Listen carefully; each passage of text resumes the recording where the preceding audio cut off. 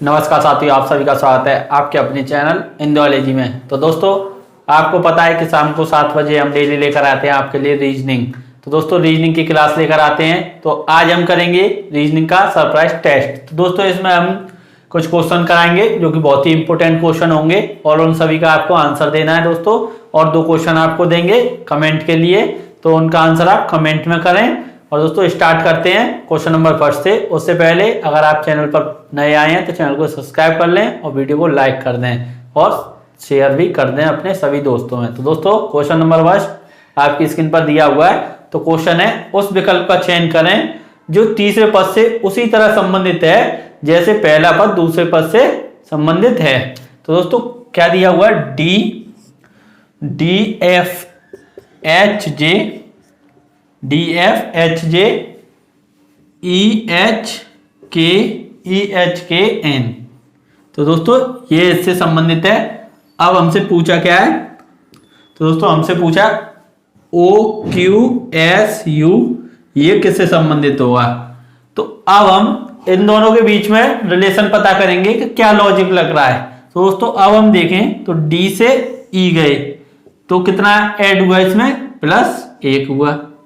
अब इसी प्रकार से F से हम कहा जाएंगे H पर, तो कितना हुआ? F होता है हमारा 6 नंबर पर और H कौन सी पर होता है? तो H होता है 8 पर, तो यानी +2 ऐड हुआ। अब दोस्तों, इसी प्रकार से हम H से जाएंगे, H से कहां पर? K पर। तो दोस्तों, H कौन सी पर होता है? 8 पर। K कौन सी पर होता है? 11 पर। तो कितना ऐड हो गया? +3। कितना? +3। अब J से जाएंगे कहां पर? N पर। तो इसमें कितना ऐड हो गया? ये होता है 10 पर और ये 14 पर। तो कितना ऐड हो गया? +4। तो दोस्तों, अब हमको क्या पता चला? तो पहले में +1, दूसरे +2, तीसरे +3, चौथे +4। तो हमारी किस प्रकार से सीरीज चल रही है? 1 2 3 4, यानी प्लस हो रहे हैं, +1 +2 +3 +4। तो दोस्तों, इसमें भी हम यही करेंगे। तो अब हम क्या दिया हुआ है? O Q S U। तो दोस्तों, अब O में हम +1 कर दें, O में +1 कर दें हम, तो कितना हो जाएगा? O कौन सी पर होता है? पहले तो ये लिख लें 15। और Q कौन सी पर होता है? 17। S होता है हमारा कौन सी पर? 19। और U होता है 21। तो दोस्तों, जब हम इसमें 1 ऐड करेंगे तो कितना हो जाएगा? 16। और 16 पर कौन सा लेटर होता है? P। अब Q में कितना ऐड करना होगा हमको? +2। Q में कितना करना होगा? +2। तो दोस्तों, इसमें जब +2 कर देंगे तो कितना हो जाएगा? 17 में 2 जोड़ेंगे 19, और 19 में कौन सा लेटर होता है? S। अब S में कितना करना होगा हमको? तो दोस्तों, S में आपको पता है कितना? 3 करना होगा। तो जब S कौन से पर है? 19 पर, और 19 में 3 ऐड कर देंगे तो क्या हो जाएगा? 22। तो दोस्तों, 22 वाला लेटर कौन सा होता है? V। आप सभी को पता है। अब U में कितना करेंगे हम? तो U में +4 कर देंगे। तो दोस्तों, U कौन से नंबर पर है? 21। 21 में +4 करेंगे तो क्या हो जाएगा? तो दोस्तों, 21 में +4 करेंगे तो क्या हो जाएगा? 25। और 25वां लेटर कौन सा होता है? Y। तो आप सभी को पता है। तो इसका आंसर क्या हो जाएगा? PSVY। PSVY, यानी ऑप्शन 4 बिल्कुल इसका सही आंसर है, ऑप्शन डी। दोस्तों, ऑप्शन डी इसका बिल्कुल सही आंसर है। अगर आपका भी यही आंसर आ रहा था तो आप बिल्कुल सही, आपका सही आंसर था। तो दोस्तों, इस प्रकार से ये क्वेश्चन पूछे जाते हैं। अब चलते हैं हम क्वेश्चन नंबर 2 पर, और वीडियो को लाइक कर दें। तो दोस्तों, क्वेश्चन नंबर 2 आपकी स्क्रीन पर दिया हुआ है, आप सॉल्व करें।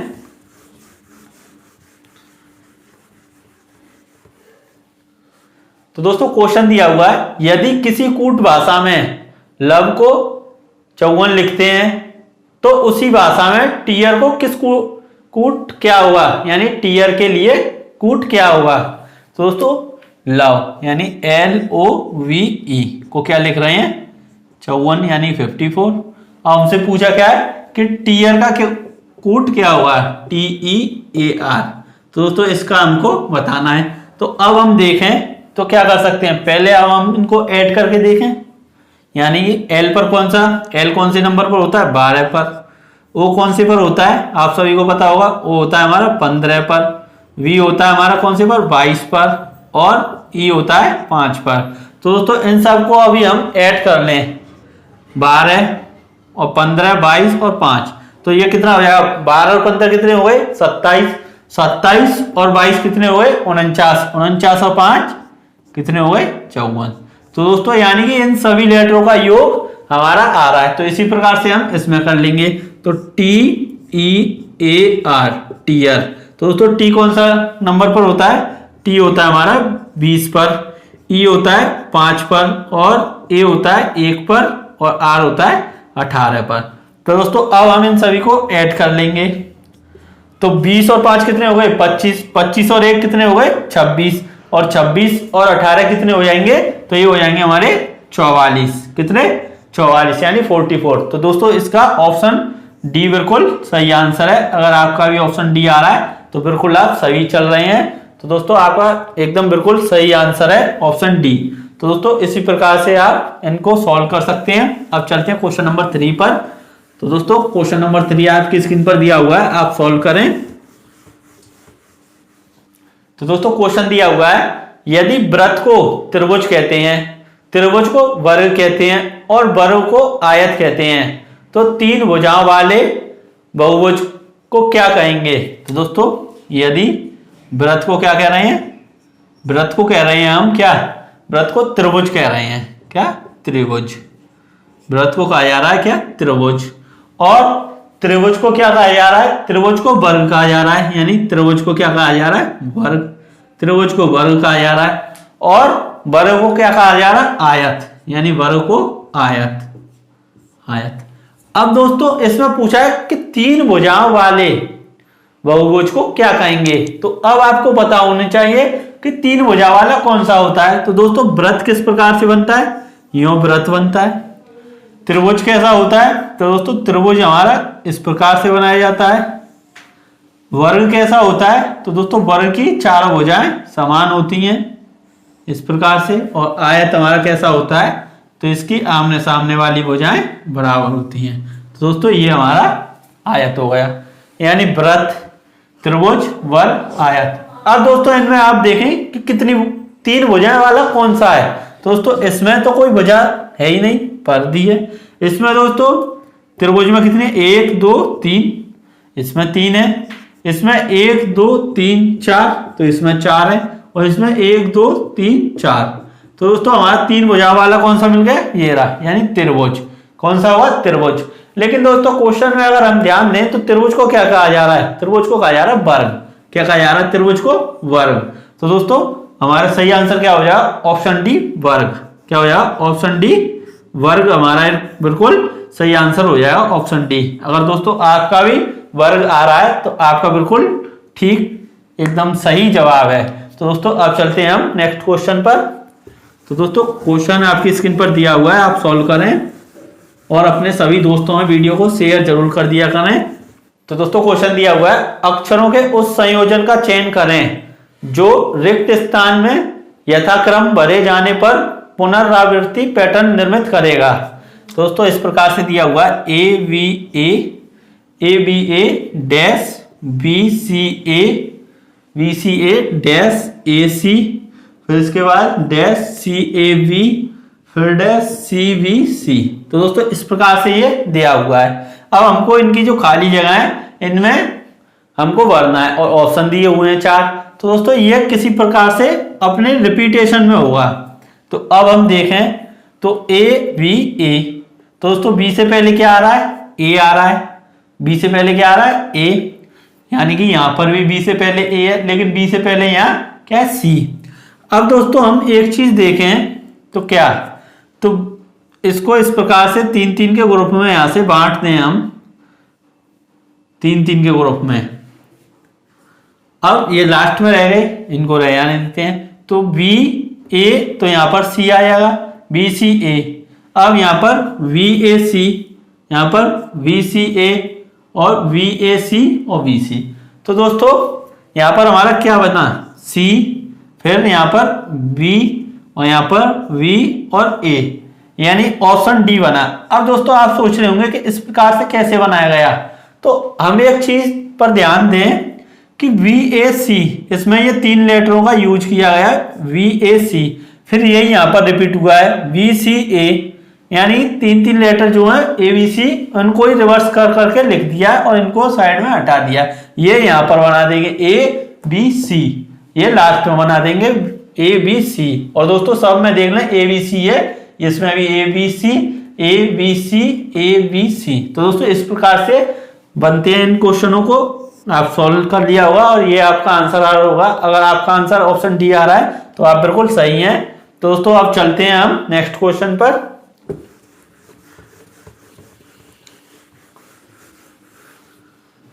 तो दोस्तों क्वेश्चन दिया हुआ है, ये आपके सामने 5 लेटर दिए हुए हैं और इनको आपको एक सार्थक क्रम में लगाना है, आरोही क्रम में, यानी बढ़ते हुए क्रम में। पहले सबसे छोटा पद लेना है, फिर उससे बड़ा, फिर उससे बड़ा, फिर उससे बड़ा।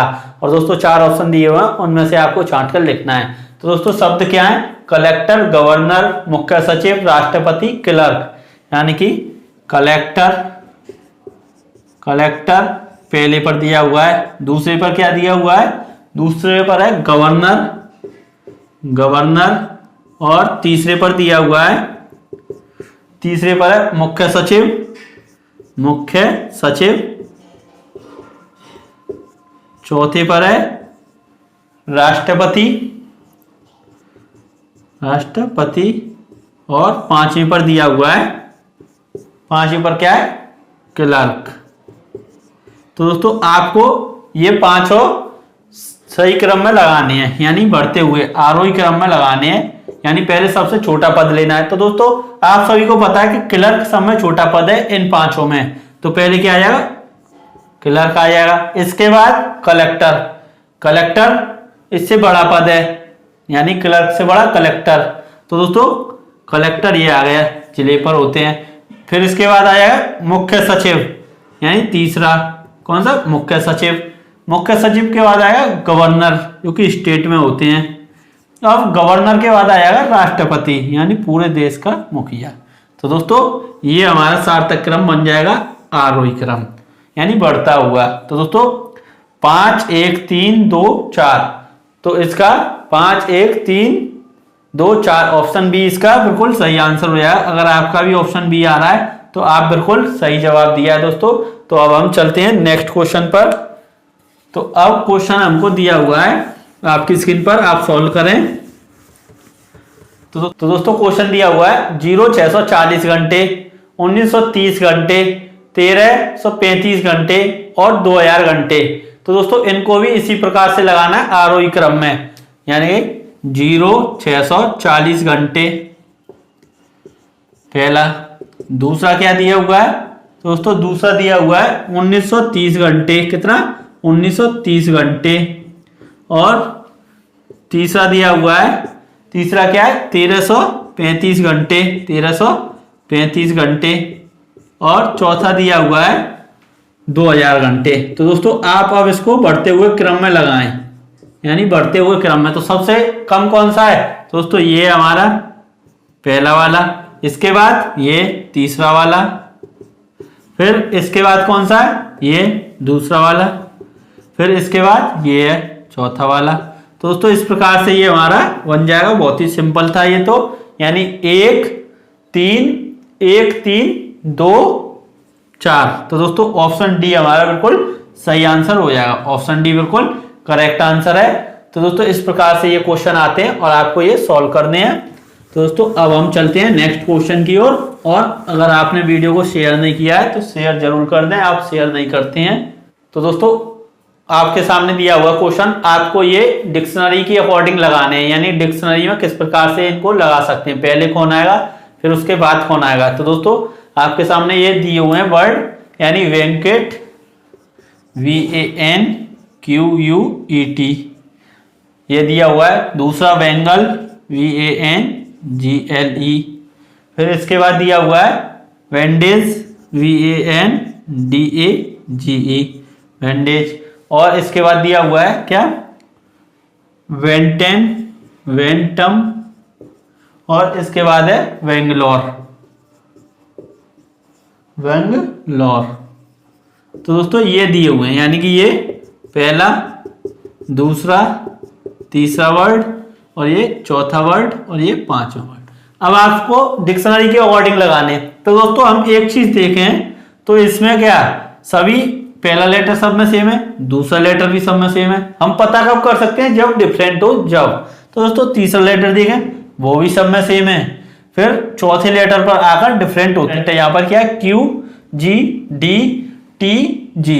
तो दोस्तों इन सब में अभी हम देखें तो सबसे पहले कौन सा आएगा हमारा, डी। कौन सा आएगा, डी। तो ये तीसरा वाला हमारा डिक्शनरी में हमको पहले मिल जाएगा। तो दोस्तों तीसरा वाला हमको क्या मिल जाएगा, पहले मिल जाएगा। ये हो गया। अब इसके बाद कौन सा आएगा, तो दोस्तों जी टी क्यू जी, यानी जी पहले आ जाएगा क्यू और टी से। तो अब इन दोनों में हमको कंपैरिजन करना होगा। तो जी के बाद क्या है, एल, लेकिन जी के बाद यहाँ क्या है, ए। तो दोस्तों ए पहले आता है तो बेंगलोर इसके बाद आ जाएगा। बचा क्या, ये, तो अब ये आ जाएगा दूसरा वाला। अब रह कौन से गए, एक ये रह गया, एक ये रह गया। दोस्तों यहाँ पर Q है और यहाँ पर T है, तो Q और T में से कौन सा पहले आता है। दोस्तों आप सबको पता है कि पहले आता है Q, यानी पहला, फिर इसके बाद रह जो गया वो हो जाएगा। दोस्तों हमारा आंसर क्या हो जाएगा, 3 5 2 1 4। दोस्तों ये आप ऑप्शन में देख लें, 3 5 2 1 4। तो दोस्तों ऑप्शन बी बिल्कुल इसका सही आंसर है। आप अगर इसको यहां तक निकालते तो भी आपको पता चल जाता, ऑप्शन बी दिया हुआ है, ऐसा ऑप्शन और किसी में भी नहीं है। तो दोस्तों आपको ये भी छांटने की कोई जरूरत नहीं रहती। तो दोस्तों इस प्रकार से क्वेश्चन बनते हैं। तो अब हम चलते हैं नेक्स्ट क्वेश्चन की ओर। तो दोस्तों क्वेश्चन आपकी स्क्रीन पर लगा हुआ है, आप सॉल्व करें। तो दोस्तों क्वेश्चन दिया हुआ है, यदि कूट भाषा में जॉइन को 8574 और पोकर को 95321 के रूप में लिखा जाता है तो जोकर को क्या लिखा जाएगा। तो दोस्तों जॉइन को क्या लिखा जा रहा है, 8 5 7 4, 8 5 7 4। अब दोस्तों पोकर को POKER, तो इसको क्या लिखा जा रहा है, 9 5 9 5 3 2 1। अब हमसे पूछा क्या है, जोकर को।